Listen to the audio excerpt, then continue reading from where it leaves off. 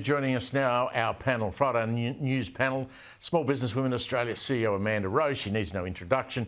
And Sky News contributor Joe Hildebrand, who also needs no introduction. Welcome to you both. Great to be here. I want to talk major events here, just to get off the politics for a little while. The Victorian government is obviously broke. The debt's gone through the roof. The budget next Tuesday is going to be horrific. But they've decided to double down on this idea that major events are a great investment. Now, I'm sort of on the fence here, and I hate being on the fence. So Rory McIlroy is going to come to the Australian Open in December and then again next year. Estimates around are about $3 million each visit to bring him here for the Australian Open. The one that really shocked me, though, was the reconstruction of the pit lane at the F1 circuit at Albert Park. Now, this is also the Paddock Club where all the people who are lucky enough to get invited, me included, spend the Grand Prix sipping champagne and not watching much of the race. Victoria's debt, it's horrendous. Hospitals are struggling. Schools are really struggling to keep up their standards. Amanda, is it a good idea to spend your money on these sorts of things, or is it the old bread and circuses argument? If the Victorian government was a business and it was pretty much bankrupt and running insolvent, it would be illegal to do so, and the directors could essentially end up in jail, right? Now, if you are a bankrupt business and you went to your shareholders and said, could you give us all this money to go and have a really fun party or build these new things or bring this famous person over, they're going to say, what's the business case? So there's no business case here to the community whose taxpayer money is funding this.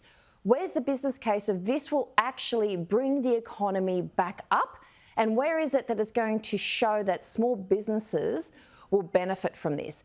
People will agree to something, will support it, and won't have a problem with it if you can show them the honest business case, like you would have to in a business, to prove the viability. At the moment, all they're doing is announcing things and pretty much calling people stupid if you don't agree with them, just to shut them up. Joe, I mean, Amanda makes a good point about the business case. I mean, with the Formula One deal, which hasn't been widely reported this time, so it's $350 million to redo for the 2028 Formula One Grand Prix, all of the pit garages, all of the corporate facilities, $350 million. Yep.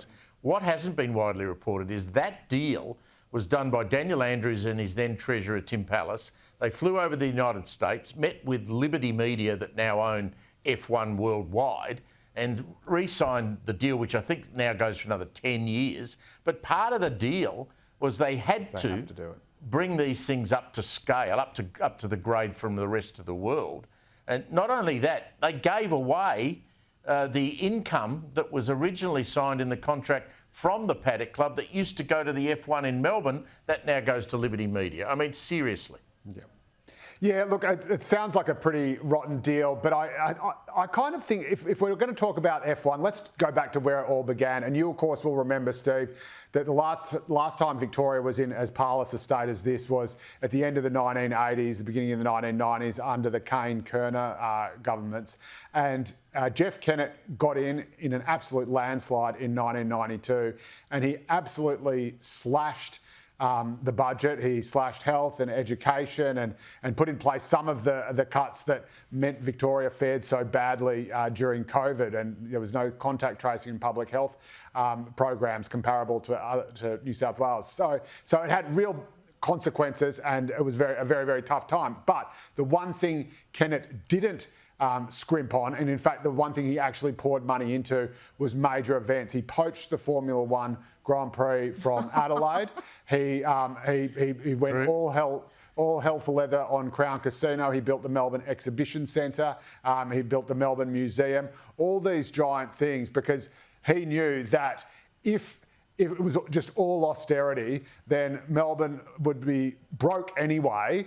but would not have the chance to actually get back on its feet and not have something to attract people back. It's still not on its feet, and now we have hospitals that don't have funding. We have people that are struggling, small businesses that are closing. So, you know, the idea sounds great that we're going to bring all these people to Victoria. We're going to have all these great events. If you can bring such massive events to your state and still be bankrupt and still be in debt, you are such a poor business person. The entire government should be sacked, and they need someone commercial to come in and run it. Only problem is they keep getting re-elected.